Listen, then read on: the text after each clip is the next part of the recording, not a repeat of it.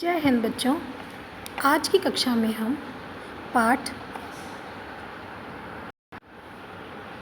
9 कारक के अभ्यास कार्य करेंगे व उसके बाद पृष्ठ संख्या 36 से 37 में दिया गया अपना ज्ञान परखो भाग 1 का कार्य पूरा करेंगे।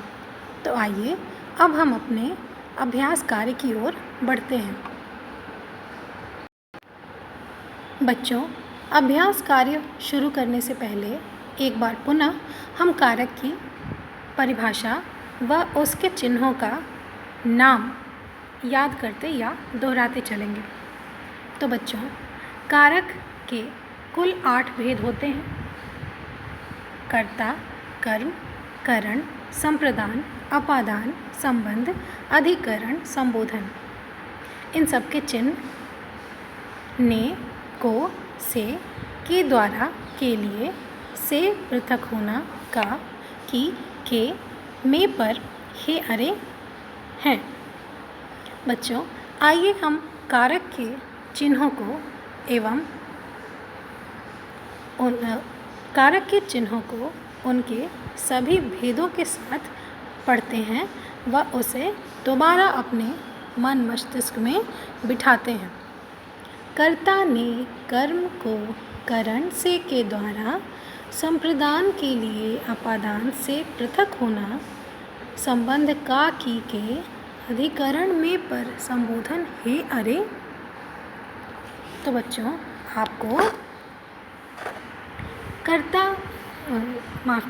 कारक और उसके चिन्हों को इस प्रकार याद करना है, अन्यथा आप याद नहीं कर पाएंगे। आपको सभी कारक के भेदों को एक साथ इसी प्रकार याद करना है। जैसे कर्ता ने कर्म को करण से के द्वारा, संप्रदान के लिए अपादान से पृथक होना, संबंध का, की, के, अधिकरण में, पर, संबोधन, हे, अरे। यदि आप इस प्रकार एक सुर में इसे याद करेंगे तो शायद आप जल्द याद कर पाएंगे। तो आइए बच्चों, अब कारक की परिभाषा पर भी एक बार पुनः ध्यान दीजिए। संज्ञा या सर्वनाम के जिस रूप से उसका संबंध क्रिया या वाक्य के अन्य शब्दों के साथ जाना जाता है उसे कारक कहते हैं। बच्चों, संज्ञा सर्वनाम के जिस रूप से उसका संबंध क्रिया या वाक्य के अन्य शब्दों के साथ जाना जाता है उसे क्या कहते हैं? कारक कहते हैं। अब आप इसे कैसे समझेंगे? जैसे राम, ये क्या हो गया बच्चों? ये हो गया संज्ञा। राम ने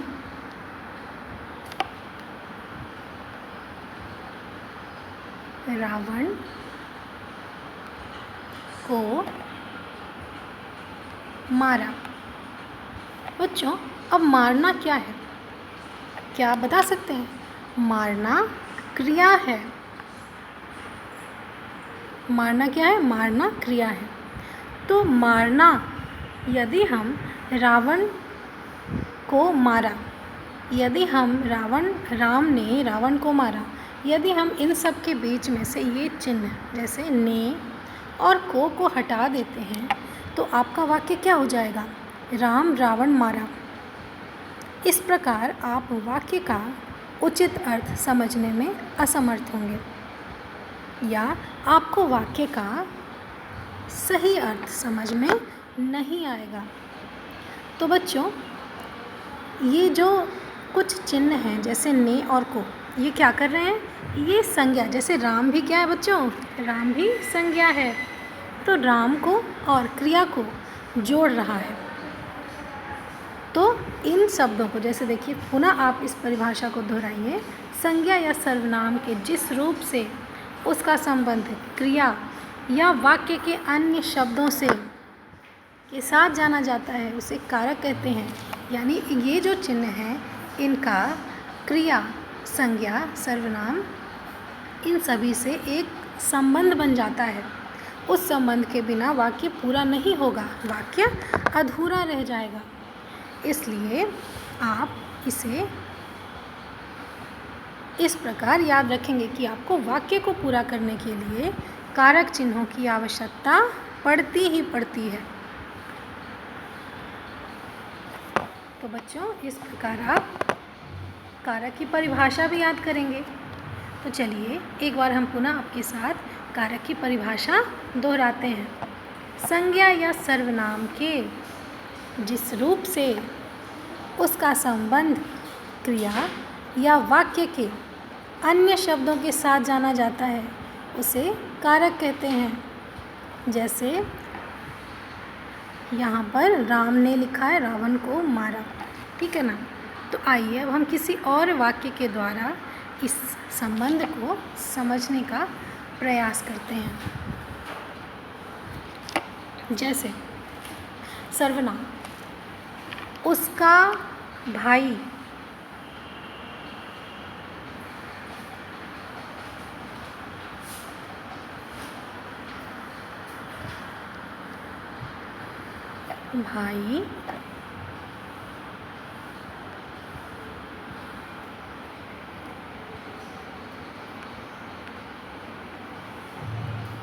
पढ़ने में तेज़ है। माफ़ कीजिएगा बच्चों, यहाँ पर लिखावट पर आप ध्यान नहीं देंगे, बस इसका अर्थ समझेंगे। उसका भाई पढ़ने में तेज है। तो बच्चों ये उसका क्या है? उसका है सर्वनाम। और इसके बाद पढ़ने में तेज है, सर्वनाम के जिस रूप से, यानी सर्वनाम का ये कौन सा रूप है? ये उसका।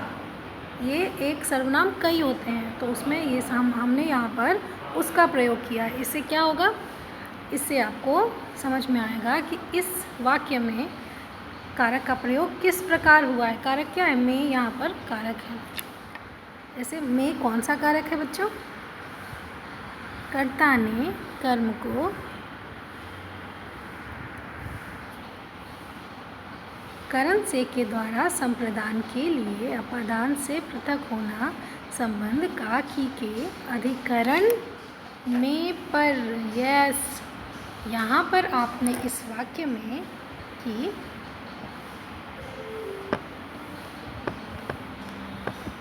उसका भाई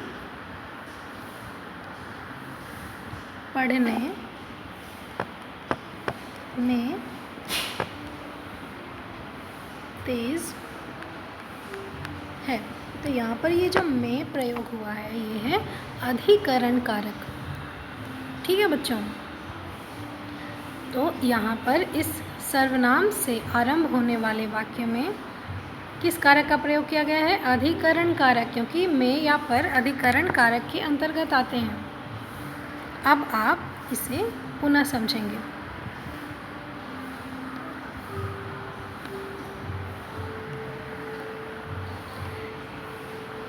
क्रिया या वाक्य के अन्य शब्दों के साथ जाना जाता है।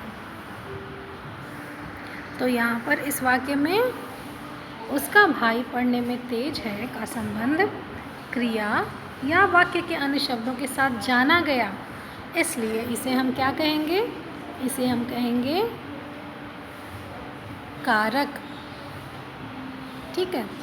तो चलिए, आशा करती हूँ कि आपको कारक का अर्थ और उसके भेदों का वाक्य में प्रयोग बहुत अच्छे से समझ आया होगा। अब आइए हम अभ्यास कार्य समझते हैं। बच्चों, अभ्यास कार्य आपको पृष्ठ संख्या 34 में दिया गया है। इसमें क्या दिया गया है? अभ्यास कार्य के प्रथम प्रश्न में नीचे लिखे वाक्यों को उचित चिन्हों से पूरा करो। तो पहला वाक्य है राम ने या से, आप क्या लगाएंगे? इसमें क्या हम यदि हम इसमें से का प्रयोग करते हैं तो क्या यह वाक्य सटीक होगा? राम से रोटी खाई, नो, इसलिए हम यहाँ पर लिखेंगे राम ने रोटी खाई। लड़का छत का गिर गया, नो, लड़का छत से गिर गया। Yes, this is correct one. नदी पर बहुत पानी है, नहीं, नदी में बहुत पानी है, यह होगा सही चिन्ह। पेड़ के पक्षियों के घोंसले हैं, बिल्कुल नहीं। पेड़ पर पक्षियों के घोंसले हैं। यह पुस्तक हरी है, जी नहीं, यह पुस्तक हरी की है। बच्चों, इस प्रकार आप इन सभी चिन्हों का शुद्ध व सही प्रयोग करेंगे। आप देखिए अगला प्रश्न। शुद्ध के सामने सही तथा अशुद्ध के सामने गलत का चिन्ह लगाओ। तो बच्चों, कर्म कारक का चिन्ह से है। बच्चों, क्या यह वाक्य सही है? कर्ता कारक का चिन्ह ने है, बिल्कुल सही है। अधिकरण कारक का चिन्ह में है, जैसा कि आपने दिए गए उदाहरण में उसका भाई पढ़ने में तेज है, इसमें आपने में का प्रयोग किया था और आपने जाना था कि में अधिकरण कारक का चिन्ह है। इसके बाद संप्रदान कारक का चिन्ह का, की, के है। बच्चों, क्या ऊपर वाला का वाक्य और नीचे वाला घ आपको सही लगते हैं? चलिए, आपकी याददाश्त पर ज़्यादा जोर न डालते हुए हम पुनः ऊपर दी गई तालिका जिसमें कारक के सभी भेदों को बताया गया है को देखते हैं। तो कर्ता यहाँ पर प्रश्न में क्या है? कर्म कारक का चिन्ह से है। देखिए बच्चों, कर्म कारक कौन से स्थान पर आता है? कर्म कारक आता है दूसरे स्थान पे। तो कर्म कारक का कर्ता ने कर्म को, उसके बाद संप्रदान के लिए। देखिए बच्चों, यहाँ पर इस वाक्य में आपको क्या दिया गया है? कर्म कारक का चिन्ह से है, जो कि बिल्कुल गलत है। कर्ता ने कर्म को, आप याद रखेंगे, कर्ता ने कर्म को, उसके बाद संप्रदान के लिए। तो इस प्रकार यह वाक्य भी गलत हो जाता है, ठीक है ना। संप्रदान कारक का चिन्ह होता है के लिए। चलिए बच्चों, हम अपने अगले प्रश्न की ओर बढ़ते हैं। रेखांकित चिन्ह को बदलकर वाक्य दोबारा लिखो। गाय से चारा लाओ। गाय के लिए चारा लाओ।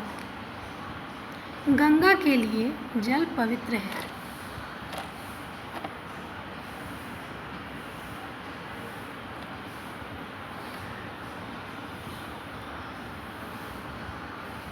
गंगा का जल पवित्र है। तो बच्चों, यहाँ आप के लिए हटा कर लिखेंगे का। उसने हरि ने कलम दिया, तो आप इसमें क्या लिखेंगे? उसने हरि को कलम दिया, आप ने को हटा कर लिखेंगे को। मैं बस को आगरा गया, यहाँ पर आप लिखेंगे मैं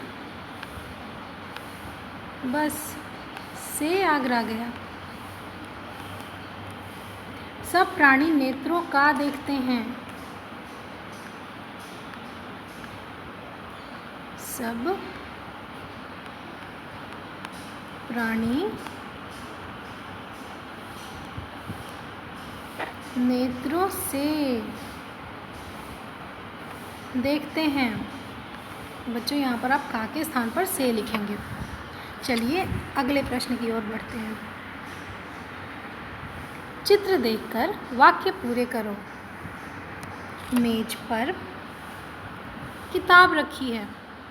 बच्चे गेंद से खेल रहे हैं। धोबी के हाथ में कपड़े हैं। धोबी के हाथ में, इसमें कर्ता के दो चिन्ह लगाए गए हैं। टोकरी में फल हैं। तो बच्चों, में कौन सा कारक है? अधिकरण कारक। के कर्ता ने कर्म को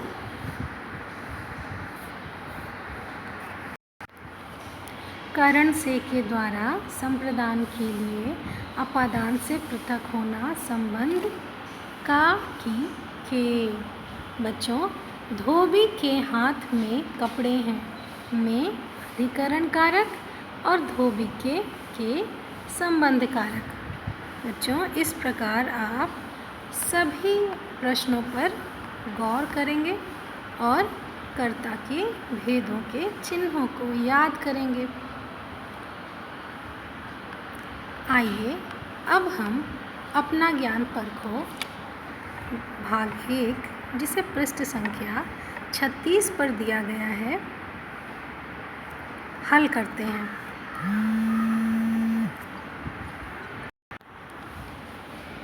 पहला प्रश्न है, राज्यों के सामने भाषा का नाम लिखो। पंजाब की भाषा क्या है? पंजाबी। गुजरात की भाषा क्या है? गुजराती। कर्नाटक की भाषा क्या है? कन्नड़। केरल की भाषा क्या है?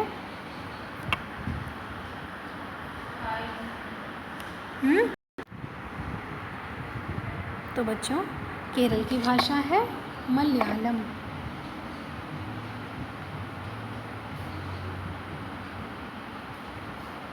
एवं तमिलनाडु की भाषा है तमिल। इस प्रकार आप इन सभी राज्यों के भाषाओं के बारे में जानेंगे व उनका राज्यों के सामने उनकी भाषा का नाम लिखेंगे। दूसरा है खाली स्थान भरो। इसमें आपको पहले वाक्य में क्या दिया गया है? भाषा की लिपि। हिंदी भाषा की लिपि क्या है? हिंदी भाषा की लिपि देवनागरी है। देवनागरी है। वर्णों के समूह को वर्णमाला कहते हैं। व्यक्ति, वस्तु, स्थान या भाव के नाम को क्या कहते हैं? संज्ञा। लिंग के कितने भेद हैं? 2। बच्चों, यहाँ पर मंजूषा में आपको इन सभी खाली स्थान में भरने वाले शब्दों को दिया गया है, जिसे आपको इनसे चुनकर उचित वाक्य में भरना है। आइए अब हम अगला प्रश्न समझते हैं। मात्रा लगाकर शब्द बनाओ। कैंची। बच्चों, इसमें बड़ी ई की मात्रा लगेगी। कटोरी, इसमें ओ की मात्रा लगेगी। नदी, नदी में भी बड़ी ई की मात्रा लगेगी। माला, माला में आ की मात्रा लगेगी। थैला, बच्चों, इसमें बड़ी ए की मात्रा लगेगी। संज्ञा पदों को रेखांकित करो। संज्ञा पदों को रेखांकित करो। यहाँ पर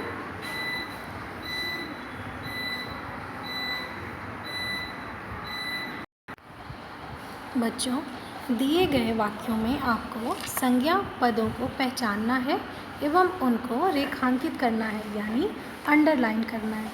तो देखिए, इस वाक्य में कौन से पद हैं जो संज्ञा हैं? तो पहला शब्द तो है गंगा, दूसरा नदी। हिमालय, भारत, माधव, चावल। अब बच्चों, आप मुझे बताएंगे कि ये सभी शब्द पद संज्ञा के किन भेदों के अंतर्गत आते हैं? यह आप कक्षा में बताएंगे।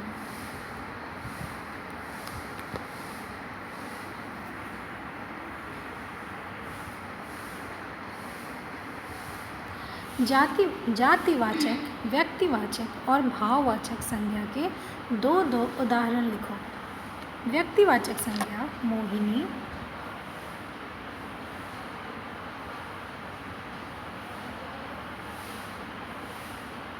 गंगा,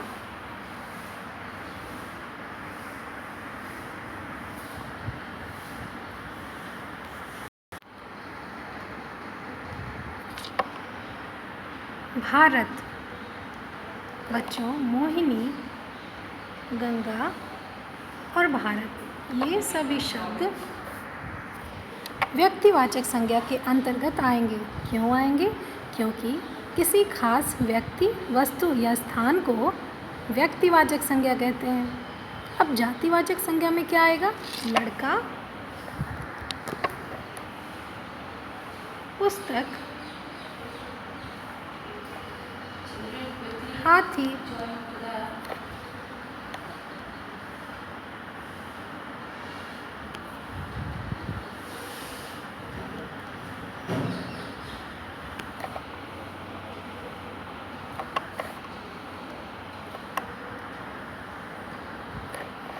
भाववाचक संज्ञा में बचपन, बुढ़ापा, सुंदरता। तो बच्चों, यहाँ पर आप मेरे बताए गए उदाहरण के स्थान पे अपने मन के और भी कई उदाहरण लिख सकते हैं। अर्थात इन उदाहरणों के स्थान पर आप दूसरे उदाहरण लिख सकते हैं। बच्चों, इसके बाद जोड़े बनाने के लिए दिया गया है। शेर का शेरनी, कुत्ता का कुतिया, धोबी का धोबिन, पिता का माता, सेठ का सेठानी। इस प्रकार आप इन सभी शब्दों के जोड़े बनाएंगे। बच्चों, इसके बाद का प्रश्न है, उचित शब्द से खाली स्थान भरो। बच्चे पढ़ रहे हैं या बच्चा पढ़ रहे हैं, आपको कौन सा शब्द सटीक लगता है? बच्चा पढ़ रहे हैं, क्या यह सही होगा? नहीं। तो बच्चे पढ़ रहे हैं, कुत्ते भौंक रहे हैं, धोबी कपड़े धो रहा है, नर्तकी नाच रही है। जी हाँ बच्चों, आप इन सही का निशान किए गए शब्दों को इन खाली स्थानों में भरेंगे।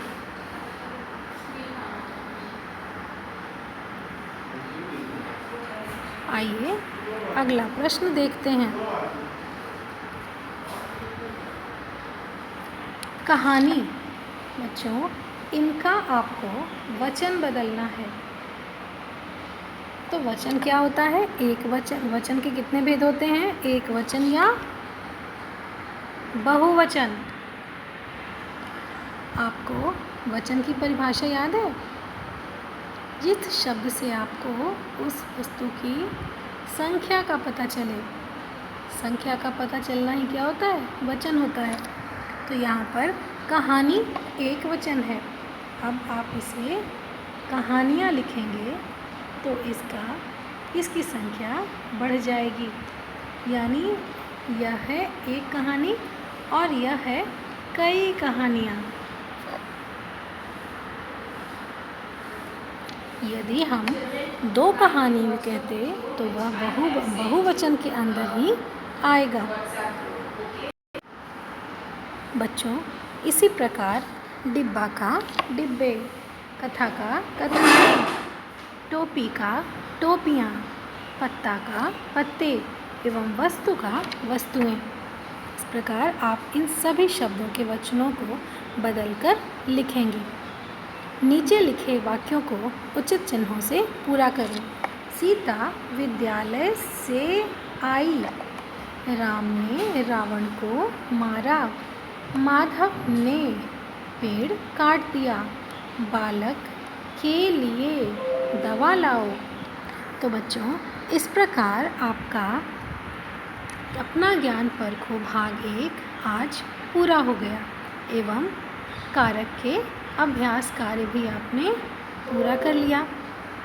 कारक की एवं उसके भेदों की पुनरावृत्ति भी कर ली। आइए एक बार पुनः परसर्ग या विभक्ति चिन्हों को याद कर लें। यानी वैसे चिन्ह जिनके बिना वाक्य अधूरे से लगते हैं। इनके न होने पे वाक्य का अर्थ ठीक से समझ नहीं आता। जिन चिन्हों का वाक्यों का अर्थ ठीक से समझने के लिए प्रयोग किया जाता है, उन्हीं चिन्हों को पर सर्ग या विभक्ति चिन्ह कहते हैं और ये सभी कारक के अंतर्गत आते हैं। तो बच्चों, आज की कक्षा के लिए बस इतना ही। जय हिंद बच्चों।